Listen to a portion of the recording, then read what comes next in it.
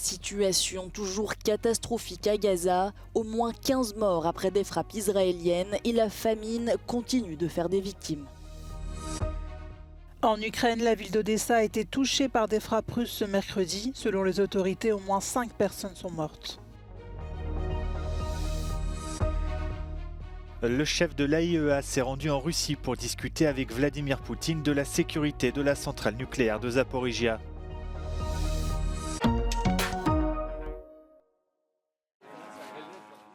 De nouveaux bombardements meurtriers à Gaza ont fait au moins 15 morts mercredi soir. 2 frappes israéliennes ont touché la ville de Deir el-Bala au centre de l'enclave palestinienne, tandis qu'une 3e frappe a touché un camp de réfugiés non loin. Les victimes ont été transportées à l'hôpital Al-Aqsa où un journaliste d'Associated Press a dénombré 15 corps. Des personnes se trouveraient encore sous les décombres. Au siège des Nations Unies, plusieurs médecins palestiniens ont appelé à agir pour sortir Gaza de l'impasse dans laquelle elle se trouve. It's tragic. I've been in different missions. This was for the most terrible and horrific that I've seen in my life. And I bleed the humanity of each one of us to do something to stop this. You guys heard it in TVs and everything, but honestly, we lived every single day for 13 days in Gaza, and it wasn't easy. L'Afrique du Sud vient de demander à la Cour de justice internationale de nouvelles mesures d'urgence contre Israël, notamment pour lutter contre la famine à Gaza qui aurait déjà fait 20 morts. L'Afrique du Sud demande également la libération de la centaine d'otages israéliens, toujours aux mains du Hamas.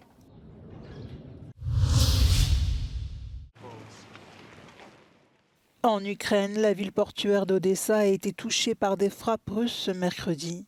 Selon les autorités ukrainiennes, au moins 5 personnes sont mortes.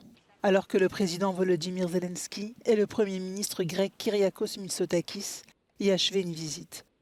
Un peu plus tôt dans la journée, les 2 hommes ont rendu hommage aux 12 victimes de l'attaque russe du 2 mars dernier contre un immeuble résidentiel de la ville. Pour des raisons de sécurité, le déplacement du Premier ministre grec n'avait pas été annoncé de manière officielle comme la majorité des visites de dirigeants internationaux en Ukraine.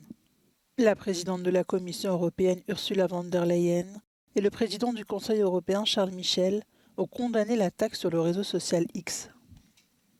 Plusieurs dirigeants étrangers, notamment européens, ont effectué de nombreux voyages en Ukraine et certains d'entre eux ont été contraints de se réfugier dans des abris lors de retentissements des sirènes avertissant de frappes russes. Le chef de l'AIEA, Raphaël Grossi, s'est rendu mercredi à Sotchi pour discuter avec le président russe Vladimir Poutine de la centrale nucléaire de Zaporijia. Les discussions ont porté sur les mesures à prendre pour garantir la sécurité de la centrale à l'arrêt, mais aussi en cas d'éventuel redémarrage.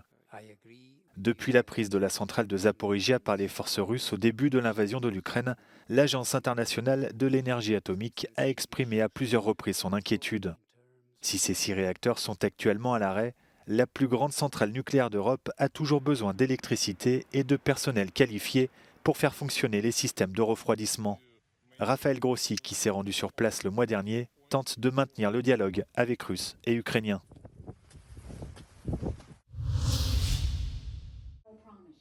Elle était le dernier obstacle sur la route de Donald Trump. Déterminée à incarner le plus longtemps possible une alternative au mouvement MAGA, Nikki Haley a décidé de mettre un terme à sa campagne pour l'investiture républicaine après sa défaite retentissante au Super Tuesday. Lors de sa conférence de presse, elle a cependant précisé qu'elle continuera à faire entendre sa voix. I have always been a conservative Republican and always supported the Republican nominee. But on this question, as she did on so many others, Margaret Thatcher provided some good advice when she said, quote, "Never just follow the crowd. Always make up your own mind." L'ancienne ambassadrice de l'ONU n'a pour autant pas réellement encouragé ses électeurs à soutenir Donald Trump. Elle a également lancé quelques avertissements. Our world is on fire because of America's retreat. Standing by our allies in Ukraine, Israel, and Taiwan is a moral imperative. But it's also more than that. If we retreat further, there will be more war, not less. Sur les 15 États en lice, la candidate républicaine n'en a remporté qu'un seul. Tous les autres lui ont préféré Trump, le plus souvent avec des marges colossales.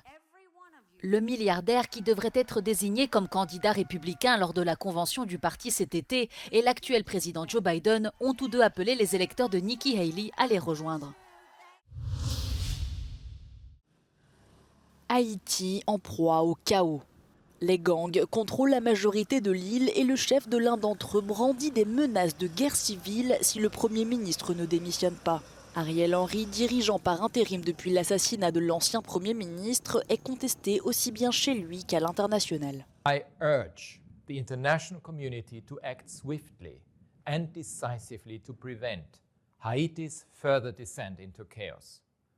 Last weekend's mass prison breakout has been described by Haitian officials as a lethal threat to national security. La violence des gangs rythme la vie sur l'île. Ce week-end, 4000 prisonniers ont été libérés après que des groupes armés ont pénétré dans les deux principales prisons haïtiennes. Le mariage comme socle de la famille est solidement ancré dans la constitution irlandaise, mais cela pourrait bientôt changer. Un référendum propose de reconnaître les couples de même sexe, la cohabitation familiale et les parents célibataires comme garants de la famille.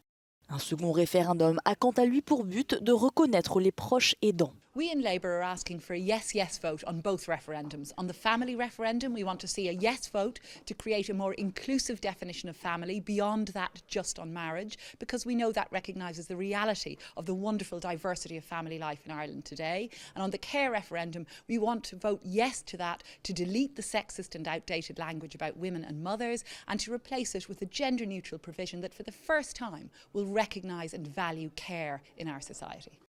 Le second référendum doit permettre au gouvernement d'aider les Irlandais qui s'occupent de membres de leur famille. Mais les deux scrutins présenteraient des failles juridiques. Well, these two referendums will have the following effects. Firstly, they will change the definition of family from a family based on marriage to a family based on marriage or what is termed other durable relations. But that term has not been clarified, and it means different things in European law, and it is completely uncertain as to the consequences it will have for the Irish Constitution. In relation to the second referendum, it's to amend the same article, but to remove from that article the references to giving special protection to women who want to remain in the home as parents and who should not be forced against their wishes to work outside the home due to economic necessity. Le gouvernement irlandais veut moderniser la constitution mise en place en 1937 à une époque où l'Irlande était bien plus conservatrice. Voter turnout for these two referendums is expected to be low due to apathy and a sense of confusion. If one or both referendums are rejected, then the people of Ireland will probably have to go to the polls again in the coming years. This is Ken Murray for Euronews in Dublin.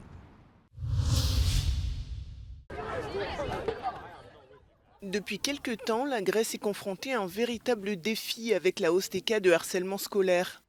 Selon une enquête réalisée entre 2022 et 2023, un jeune grec sur 3 déclare avoir été victime d'intimidation à l'école. Il s'agit selon les experts d'une conséquence des confinements liés au Covid-19, mais également de la crise économique qui a touché la Grèce entre 2010 et 2018.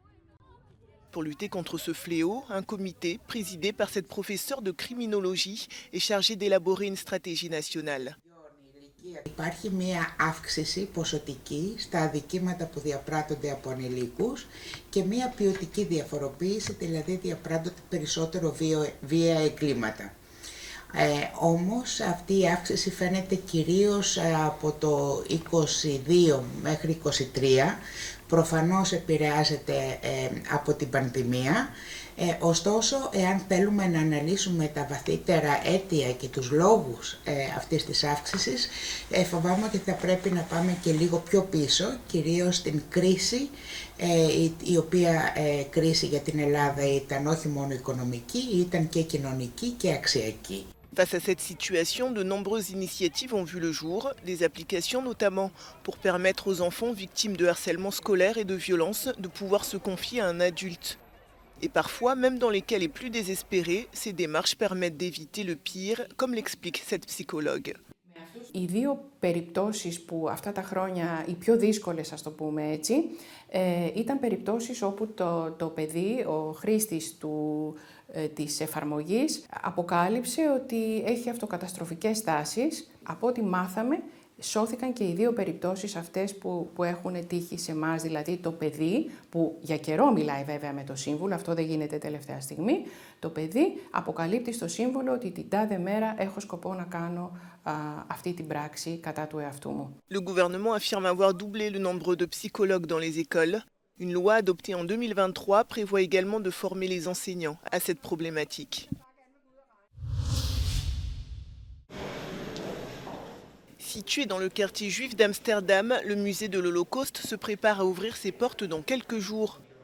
Avant la Seconde Guerre mondiale, les Pays-Bas abritaient environ 140 000 juifs. 102 000 d'entre eux ont été tués pendant la Shoah. Ici sont exposés plus de 2000 objets qui n'ont pour la plupart jamais été montrés au public, comme des lettres, des photos des victimes, mais également des uniformes rayés d'Auschwitz. De enige reden dat zij in die moordmachine terechtkwamen, was dat ze Jood waren. In het huidige tijdsgewricht, en daar waar het antisemitisme in opkomst is het natuurlijk alleen maar belangrijker dat je deze ultieme uiting van haat jegens Joden, dat je die een plek geeft in het collectieve geheugen. Dat is voor ons enorm belangrijk. Face à la hausse des incidents antisémites qui ont doublé en 2023 selon des chiffres officiels, la ville d'Amsterdam a alloué près d'1 million d'euros pour sécuriser le musée. L'établissement sera officiellement inauguré le dimanche 10 mars en présence du roi des Pays-Bas.